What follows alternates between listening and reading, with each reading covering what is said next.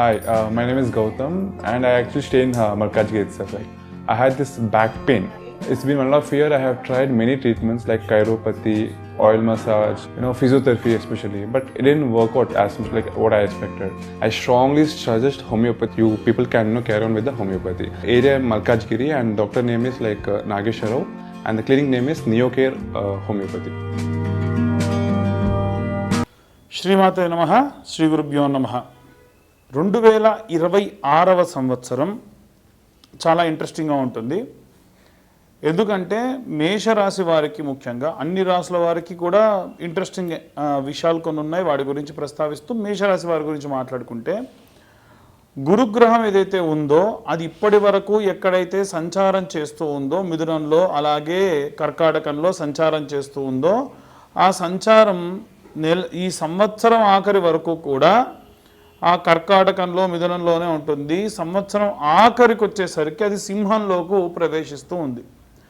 So మేషరాశి వారి విషయానికి వస్తే, గురుగమనంలో భాగంగా మనం చూసుకుంటే ఈ సంవత్సరం ఎలా ఉందో ఆల్మోస్ట్ అలాగే ఉంటుంది.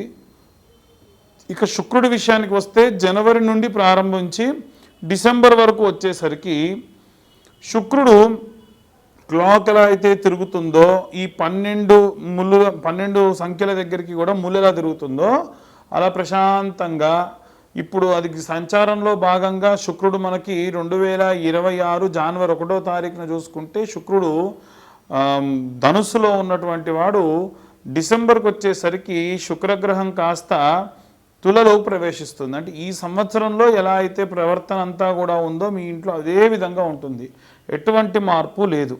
ఇక చెప్పాలంటే శని కూడా చూసుకుంటే ఈ సంవత్సరం ఆఖరి వరకు, 2026 సంవత్సరం ఆఖరి వరకు కూడా శనిగ్రహము అలాగే ఆ యొక్క మీనంలోనే ఉంది. 2027 తర్వాతకే మాత్రమే ఈ యొక్క మేషంలోకి ప్రవేశిస్తూ ఉంది. అయితే విశేషంగా చెప్పాలనంటే, మేషరాశి వారికి ఆరోగ్యపరమైనటువంటి విషయాల్లో జాగ్రత్తగా ఉండండి.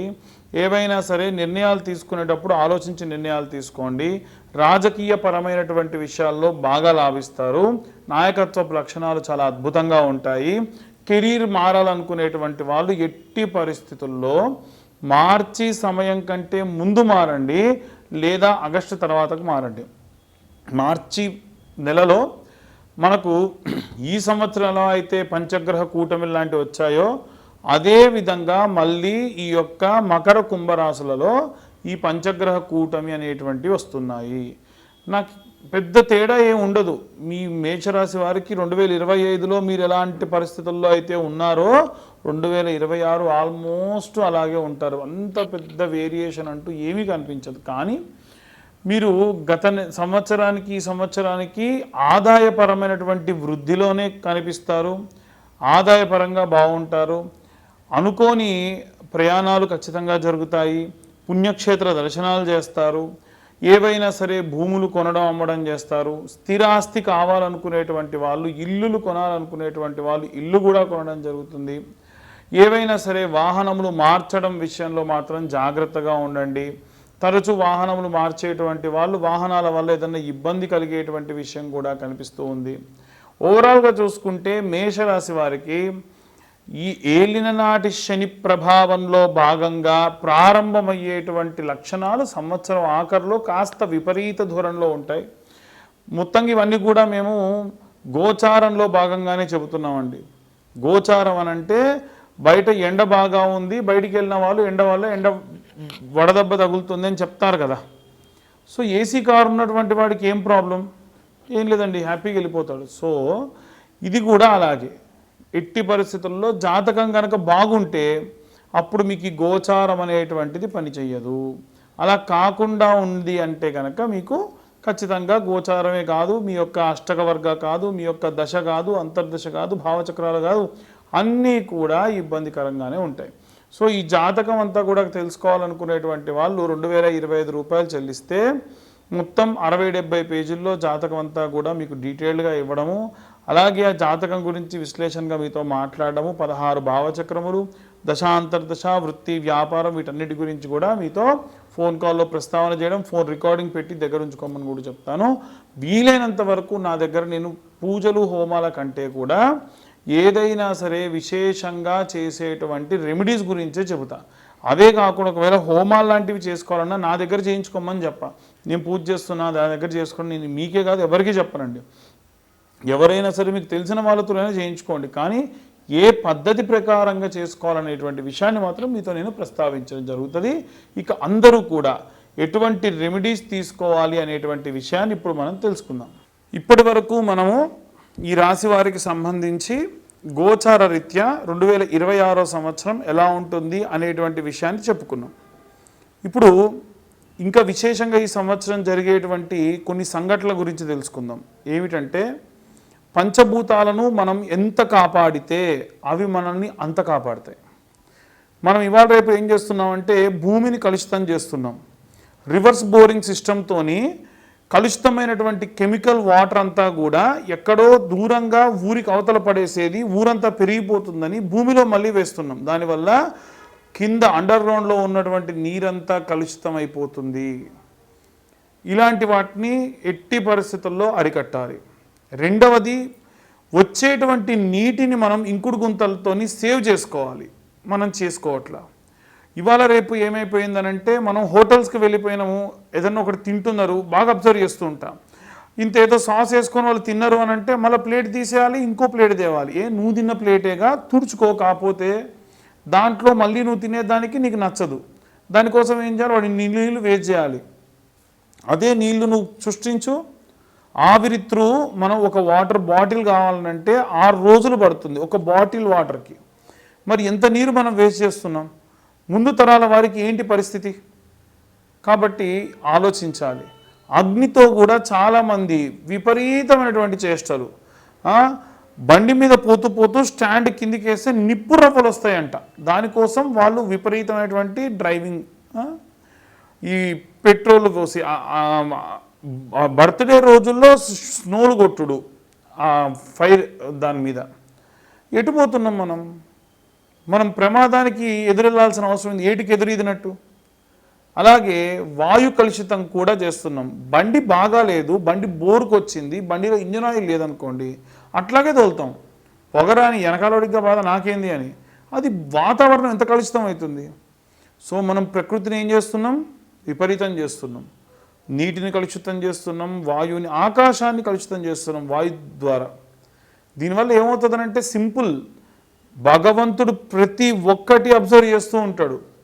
మనం చేసేటువంటి కలుషితమైనటువంటి కార్యక్రమాల వల్లే సంవత్సరం మొత్తం చూడండి ఎన్ని ప్రమాదాలు జరిగినాయో. గాల్లో వెళ్ళేటువంటి ఏరోప్లేన్స్ ప్రమాదం జరిగింది పోయిన సంవత్సరం. జల సంబంధితమైన ప్రమాదాలు జరిగినాయి, విపరీతమైన వర్షాలు వచ్చి. మనం ప్రకృతిని కాపాడితే ప్రకృతిని మనల్ని ఎందుకు కాపాడదండి? రోడ్డు ప్రమాదాలు జరిగినాయి, అగ్ని ప్రమాదాలు జరిగినాయి. నీటిలో ప్రయాణం చేస్తూ ఉండగా ఒక బ్యాచ్ కొట్టుకుపోయింది. సో దయచేసి ప్రకృతిని కాపాడదాం. మనం చేసేటువంటి పెద్ద రెమెడీ ఏంటంటే మనం నిత్యం మన చుట్టూ అబ్జర్వ్ చేస్తూ మనం ప్రకృతిలో ఏం వేస్ట్ అవుతున్నాయి, ఏం వేస్ట్ అవ్వట్లేదు, వాటిని మనం కాపాడే దిశగా వెళ్తే భగవంతుడు మనల్ని కాపాడుతాడు. మనం చేసే ప్రతి పని భగవంతుడు రికార్డ్ చేస్తూ ఉంటాడు. మనకి ఏదన్నా ఇవ్వాలి అంటే మన రికార్డ్ ఓపెన్ చేస్తాడు. ఆహా, వీలైనంత వరకు వీడు ధర్మాన్ని పాటించాడ్రా అని. మనకు చేసేటువంటి కార్యక్రమాల్లో 10 ఇవ్వాల్సి ఉంటే 100 ఇస్తాడు, అది మంచి అయినా చెడైనా. కాబట్టి జాగ్రత్తగా ప్లాన్ చేసుకోండి. ఇక ముఖ్యంగా ఈ సంవత్సరం మనం ఏ దేవుళ్ళని పూజించాలి అనంటే మేధా దక్షిణామూర్తిని విద్యార్థులందరూ కూడా సేవించండి, పూజించండి. విశేషమైనటువంటి విద్యాబుద్ధులు వస్తాయి. అలాగే దక్షిణామూర్తికి నిత్యము స్తోత్రం ఉదయం సాయంత్రం విన్నంత మాత్రం చేత ఉద్యోగం లాని వారికి ఉద్యోగాలు వస్తాయి. ప్రభుత్వ ఉద్యోగాలే రావాలని పట్టు కూర్చోకండి.